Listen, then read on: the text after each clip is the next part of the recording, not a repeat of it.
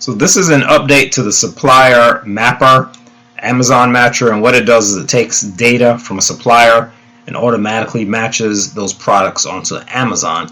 I previously had a version for the US, and then I also made a version for the UK, but I added this update to the US version where you can also select Canada. So now it's a US or Canada version. So if you already have the system, the US version, you can get this update from me. Alright, no extra charge or anything for that. You can just get the update. But I want to show you how it works and that it works. So basically,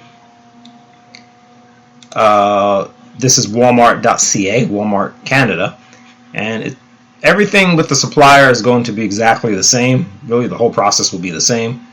If you select Infinite Crawl, start crawling, you can get the whole page, which is what I just did, and I downloaded it to a CSV by clicking CSV. Actually, I'll just go ahead and download another CSV.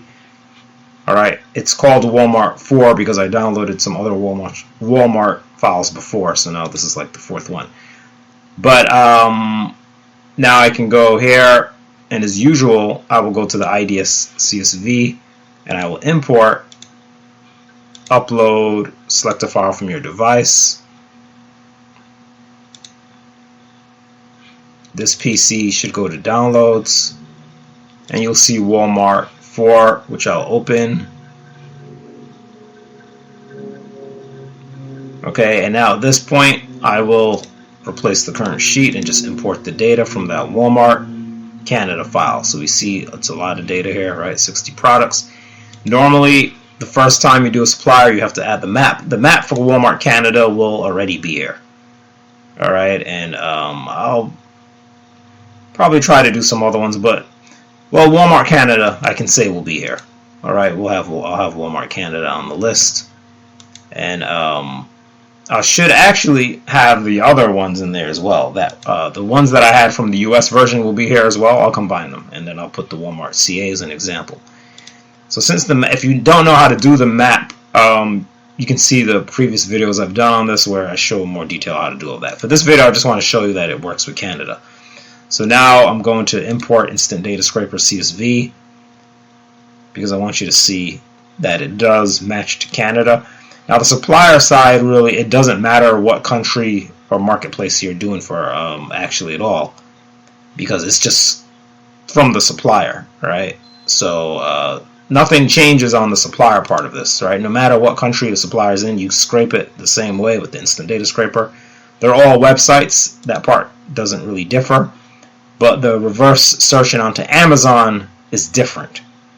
That's what I have to program differently for each country. So basically, find all Amazon URLs is what I'll click on. Once I have the titles, I'm not even waiting for the prices. I'm just going to do find all. Once you have the titles, you can start finding things, right? This is set to Canada, so you can see the result is Amazon.ca, right? Not .com, but .ca. So let's see what it's finding. Let's take a look at this one, for instance. The 6-quart multi-use pressure cooker, 18-in-1 programmable rice cooker, stainless. Okay, so we have that, and then let's take a look at this one on Amazon and see if this is the same. Yep, same brand, Living Basics, 6-quart. It's got to be the same, right? 6-quart electric pressure cooker, 18-in-1 multifunction. Yeah, 18-in-1 programmable. Okay, you know, there are always going to be slight differences in the top. Yeah, these are the same. Alright, so there's your match, right? And you can check, or I can check in this video, more matches. But it works, I mean, just as it worked before. There's really no difference except that the results are Amazon.ca. Okay, you can see this is Amazon.ca, not Amazon.com. Alright, so what it does is it searches specifically for Amazon CA to be in the results. Alright, and that's how it works. So you see the matches. Alright, now of course I'm not going to open every single one of these, but just so you can get a general idea of what it's doing. And let's see this. Let's see if this is the same. Sorry, not that. Where is it? It was, oh, here's Amazon. Brand is known to file IP complaints. This is IP alert, Chrome extension. Good idea to have. Lets me know when a brand is likely to file IP complaints. That's IP alert. I have a link for that if you're interested in that in the description of this video. This is, see that red alert that it gives you? And you get I have a discount code that I was able to work out, so you can use that. And yeah, you see the match. Oh, actually, I think these are different. So, you know, sometimes things aren't matchable, you know, on the web. Sometimes they're not matchable, or there is no match. So, of course, you do get some of those as well. But as long as the product, mostly if the product is actually on Amazon, on that Amazon. See, the thing is, now it's searching Amazon Canada. So it would have to be on Amazon Canada for it to find a match. Okay, it would have to be on Amazon Canada. 690, this is 691, so I don't know if that's the same. And I'll just check some more. This one, portable, and let me try this one. 3803, but I'm just interested in the, right now I just want to see that they're matching 24. Yeah, this is the same. So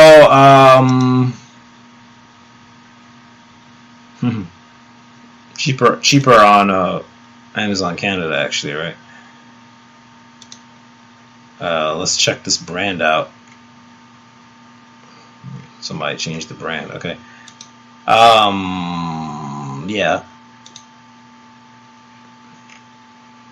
Yeah, that's pretty much the idea. I mean, so again, if you've seen the system before, it's pretty much doing what it always did. It's just doing it with Amazon Canada. Alright, but again, of course, if the product itself has to be on Amazon's. The whole point of this is not only to match to Amazon, but to find products that are actually not on Amazon as well, right? Because if it does a web search and the products are not the same, then you know it's probably, you know, just not on Amazon, as I've been saying. Filter. You might get similar products sometimes, but they're not exactly the same. It's just like trying to find you the best match you can possibly find. But these results come right off of the web. These are not really even like, they're not like my results per se. I'm just grabbing the results off of the web, right? So it's just like when you do a Google search and you just grab and you open up the link that it gives you, the Amazon link or whatever you're looking for. That's the same thing. It's just automated. Okay, so these are the same. And this one, $59.99 looks like the same thing. And here, looks so similar, but might be different brands, so those might not be the same either. Yeah. Okay, this is done. Okay, so that's basically the idea. I mean, I'm just looking at products, just kind of going through just to give you an idea for those who don't actually have it. I mean, those of you who already have this, you already have it, right? I mean, you're already using it. You already know how this works or what to expect. But those who haven't, it was known to file IP complaints. That's my Chrome extension, again, IP alert.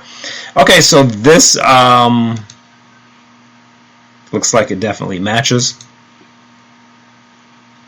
All right, and right now I'm not trying to find profitable products. I'm just showing that these match. This is just about showing that it finds matches. That is the point right now on this product, on this the main purpose right now of this video. All right, now depending on the supplier you're using, the page, not actually the supplier, but the page. If I go to a different page on Walmart, there's certain categories where they're just going to be like way more exact matches, like a page I was on before, which it didn't open back up, that I tested before. It just had like more exact matches on it. So it depends on the category. Some categories of the supplier may have more matches on Amazon than others. So your likelihood of finding out. As far as profit goes, I'm not really going into that in this video. You do have the import XML prices option you can use, or you can use Keepa to get the product and price data in here, and this allows you to then allows the system to calculate profit here. You can set referral fees, FBA fees, and I have videos where I've shown the whole process of doing all of that. You can check one of those. You won't see this because I just did this literally today, March 22nd, 2022. So if you're watching a video before today, you're not going to see this option on it. But everything else, nothing has changed except that I have this option. Everything else is exactly the same. So you can see how to get the prices in here. You can see how to use Keepa to get prices. But this import XML prices is the same. It doesn't matter if it's Canada or whatever, or the US, because the web page structure is basically the same. All right, it's still Amazon. It's still Amazon, and you can see it looks just like the same as an Amazon listing on the US, same as Canada, same as the UK. So the import XML should be able to work on all those sites, right? So you can do import XML. Keepa also works with like all regions. You just set the region to the region you're doing. So when you get to Keepa, you just set it to US, or on that page you select the region you're doing at that moment. I don't have Keepa open right now to show you, but it's very obvious. It's in the upper right hand corner. You just click on the flag. You'll see like the different flags for each country, and that's basically it, right? But you can definitely run off of this initial price that you can pull from import XML, and that can at least give you an idea of some products that might be profitable. I say might because you still have to get the FBA fees in here, which is good to get from Keepa. So you still have to do that, but this will kind of help point you towards a few products that might have some profit, and then you can check to see if they are in fact the same product and all that. And that is basically it. That is the update. It's just searching onto Canada now in addition to doing the US, and you get to choose. So you could literally do US and Canada. You could even do like half of the products US, cancel it, and then switch it to Canada. I'm not sure why someone would really do that, but usually you're going to do one or the other at a time, I would imagine, right? You're going to have a Canadian supplier potentially, and then you're going to do it to Canada, and you're going to do a US supplier and do it to the US. So this is going to be ideal if you're selling on both US and Canada marketplaces. So that is pretty much the idea. That is the update.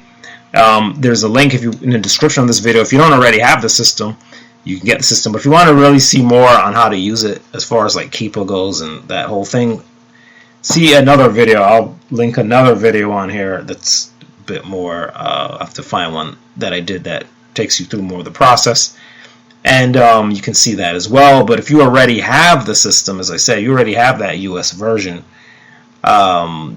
you can just email me if you need the updated version. I'm going to try to, if you did not check off to receive updates on the eJunkie website when you got it, you're not going to automatically get the update. So then you have to email me, and then I have to send it to you. Or you email me, tell me what email address you used when you got it, and then I can confirm that you already have it, and then I'll send you this updated version, and that's pretty much the process. So anyway, my contact information is in the description of this video. If you need to contact me directly, and just check the description for links as usual. And look forward to hearing from you or seeing you around on the channel.